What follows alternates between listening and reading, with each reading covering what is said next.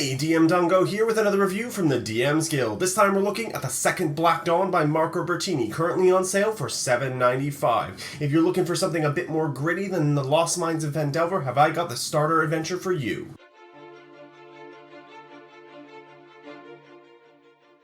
Right, the second Black Dawn is an introductory adventure, similar in scope and length to the Lost Mines of Phandelver, and it is a great adventure and should serve the same purpose as the Lost Mines.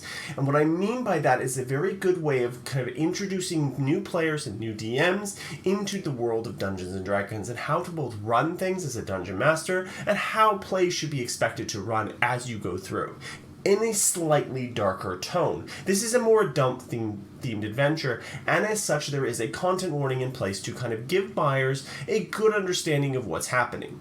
The adventure takes the players through a royal kidnapping, cult activities, and the potential summoning of the damned, all the while being hounded by undead, devils, and other horrific creatures all out to stop them, eat them, or worse.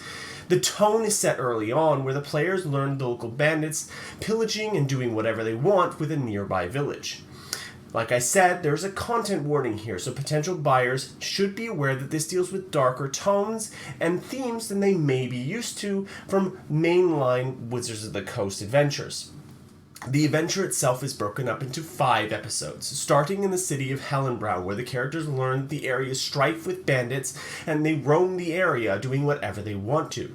After a little bit, you learn that the king has gone missing, and was last seen in a nearby forest. Your group is then tasked with finding the king, finding out what happened to the erstwhile monarch, and uncovering why he was kidnapped in the first place. What follows is heavy in exploration and combat with unique enemies and a ton of maps included, and a mystery to solve, which is always a good thing to start off an adventure. In addition to that, each episode is fairly self-contained, though there is some play in terms of what order or what locations your party may visit depending on what they uncover and what they decide to do with that information. So making sure to read the entire adventure in its entirety is a really good idea. The adventure also includes random encounter tables for when your party is just traveling from point to point, and advice on what to do should the group decide to go completely off the rails or off the intended path, which is always appreciated. Episode 4 in particular contains a very classic dungeon crawl for your players to cut their teeth on. Nothing too horrific, but grants a good understanding of how mechanics and tactics can play against them, even against far weaker creatures, and the importance of surprise.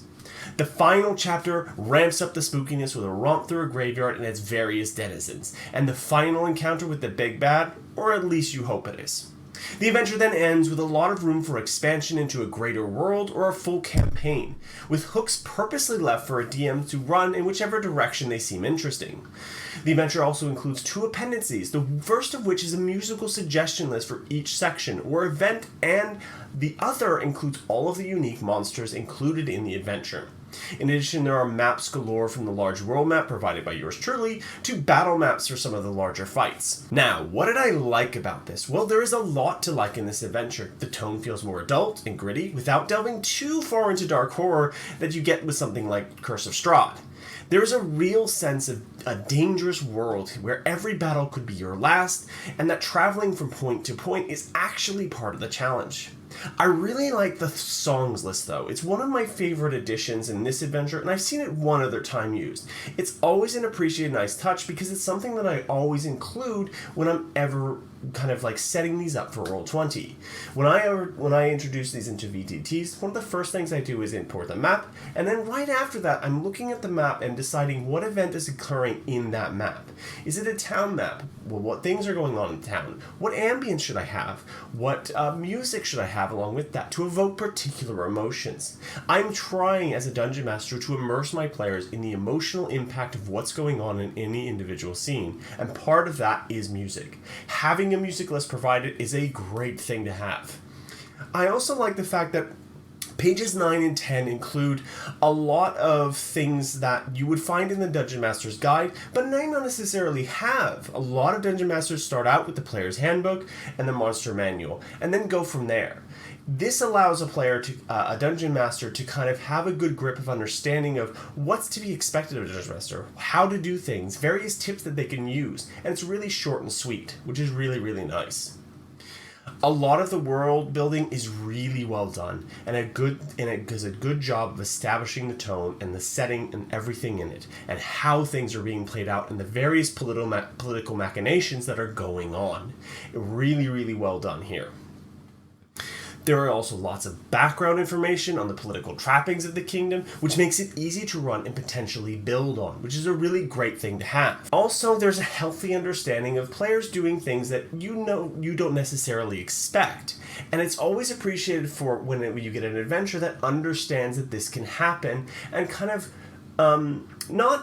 not fences it off, but says, well, if this happens, maybe this will occur. And it's kind of the obvious one. It's like, well, what happens if they attack the king, the prince, the guards, whatever? And it kind of details these situations and how to potentially still guide the players down that adventure path. Now, of course, it's not going to be able to prevent your players from going full murder hobo and trying to kill everything in sight, but it might allow them to curtail that behavior and get it back on the right path to get to the conclusion of the adventure. I also particularly like the descriptive text in here. Now, while some of it is a bit more tell me than show me, I really appreciate the attention to detail in every single point. Now, when I say tell me versus show me, there's a good example of this in the terms of a staircase. So if you imagine that you've got a staircase in front of you and you want to describe that it's rotting, destroyed, and broken, there are two ways to do that. The one way to do it, which is the tell me, which is saying you look at the staircase, some of the slats are broken and smashed. There are points in it that you can see if you were to step on it, you would fall through. That's a very tell me style, and that gives a player information that they don't nearly necessarily need or have. The other side of the equation is there is a set of staircase. It descends upwards into at the end of a door, and you can see it in the distance. Some of the boards up there are cracked and broken, and you can smell the mold coming off them from the damp. It gives the same information, but it doesn't tell the players too much. And there is some of that here. Not too much, but just a little bit. Now, what didn't I like about the adventure? So, there are a couple of things here that I want to talk about. There are some really interesting events that occur within the city, and it would have been nice to include a random table of events that can occur during the exploration of the main city, Hellenbraun. It would have been nice to have something like from the Tomb of Annihilation where various random things can happen while the players are just wandering about. Just kind of an interesting thing. There's also really there's an early on battle in a town that you come to, but there isn't a map included for that particular town that I could find that was expansive enough, I think, for what the battle occurs and how it plays out. It would have been nice to have a more interesting kind of dynamic in that area. I would also say that in terms of what the adventure is trying to do, it is very linear. Now, that's not a bad thing for a starter adventure, but it doesn't give enough play for if players decide to do something different. There are multiple endings, but they are very specific in terms of what you get to. There isn't a point to where you can negotiate with certain groups to cause them to do different things. A lot of the NPCs you meet are very set in their ways, and there isn't very much play in them in terms of what you can get them to do. It would have been nice to include some more neutral factions and make the players have the ability to sway them one way or the other. There are some interesting parties here that could occur with depending on what you want them to do. There's an earlier encounter with some goblins that it seems very set and that you're supposed to kill them, but it might be nice to have it so that you could maybe get them on your side or bribe them or potentially negotiate with them so that they can be moved one way or the other. It's just those little kind of things that I think is lacking a little bit. Right, now on to my final thoughts and rating. So overall, I really like this adventure. The second Black Dawn is a really great starter adventure for a more darker, more adult-themed game. Something where maybe you're all in your 30s and you just want something a little bit more less kid-friendly in some ways, I guess is the right way of putting it. This adventure hits those notes really well, as long as everyone is aware what the adventure is going to curtail and contain. I think a consent is always important, so you need to make sure all your players are on board as to what's going to occur in the adventure. Now, saying that, I also think there is some room for improvement. There is some additional things that I think could be added to make it more interesting. Things like neutral NPC factions that are more in line with something that where players who are more heavy into roleplay can shift them one way or the other. That would have been nice to see. Now, my rating. So I'll be using my perk system here. So PERC, so Polish, Exploration, Roleplay, and Combat. So let's start with Combat. Combat is really interesting here. Now, it doesn't have some of the more dynamic, interesting things like I would have expected. Things like the environment playing more into a factor into more of the combat encounters that happen. There are some, for instance, there is the stuff in episode 4, which deals with a dungeon hideout and how that plays out.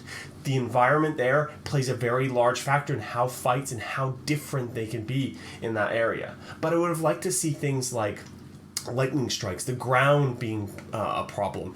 More like the environment is either an enemy or an ally, and players can use it to their advantage, especially in the final battle where I would have expected to see more of that style of stuff. Because as you get through, the combat should get more interesting and varied, and kind of introduce players to more unique mechanics in that side of things. Overall, though, I really like the combat that does occur. There's some really interesting stuff in terms of how things are played out and what occurs. The various different creatures, especially some of them that players, especially newer players, won't necessarily expect. It's a good set of interesting things that can occur. So, for combat, I'm going to rate it a 4 out of 5. It's not perfect. I think some more environmental hazards would be a great addition, but it is pretty close. Next, we're going to go look at roleplay. Roleplay here is kind of weak, unfortunately. There is some interactions with some various NPCs that are kind of interesting, and you can potentially rumble certain NPCs to get them to do things, but there doesn't seem to be a lot of wiggle room to change their mind or make them do different things. There's the discovery of various mysteries and secrets, but what you can do with those secrets is fairly limited. It's like, well, if a player learns this, well, what are they going to do with it? The person that they learn it from is in power, and they can't do anything about that with that secret because nobody will believe them anyways. Finding out a lie isn't useful unless you can do something with it. So there is some play in that.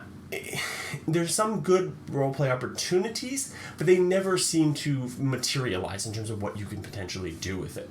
It would need something like an additional, maybe 2 or 3 additional NPCs that are distrustworthy of various people, so that you can get them on your side and potentially get things changed slightly. Now, there are other things, and there's some problems around this whole area where NPCs seem to be stuck in their ways in terms of what you can pliably get them to do. And that's kind of like a big problem in general in this space. But it is a starter adventure, so there is some kind of allowances for that. But I'm going to rate it 3 out of 5. Exploration. This is a different story, though. This exploration, done very well. There is a lot to explore, a lot of different ways you can go, a lot of bypassing routes that you can take. You can decide to go one way or another, change the way you do things, and the order in which you do things. It means that there's more things for players to just go out and explore. And they potentially can. They can just wander around if they wish to do so. They can decide not to go things, and the adventure will cope with that, which is a really great thing to see. So for exploration, I'm going to give it a 5 out of 5. There's so much stuff to look at and go around and explore and various locations. It's a really great little thing. Polish. Polish is really well done here as well. Almost every battle, with one exception, contains a map. The addition of the musical guide is really, really great, and I really love it. There is also some just really great art that's included in here. It's really well presented, really well, easily to understand, and it's been translated from Italian as well, to put that on top of it. So the translation is really, really good. And the Italian DMs Guild is a number 1, and I can see why. So a 5 out of 5 here as well. So we have total for Polish and Exploration is a 5, Combat's a 4, and Roleplay is a 3. So 5 plus 5 plus 4 plus 3, that's 17, so that's 4.1 on my metric. But DM's Guild doesn't do 4.1s, so I'm going to give it a 4.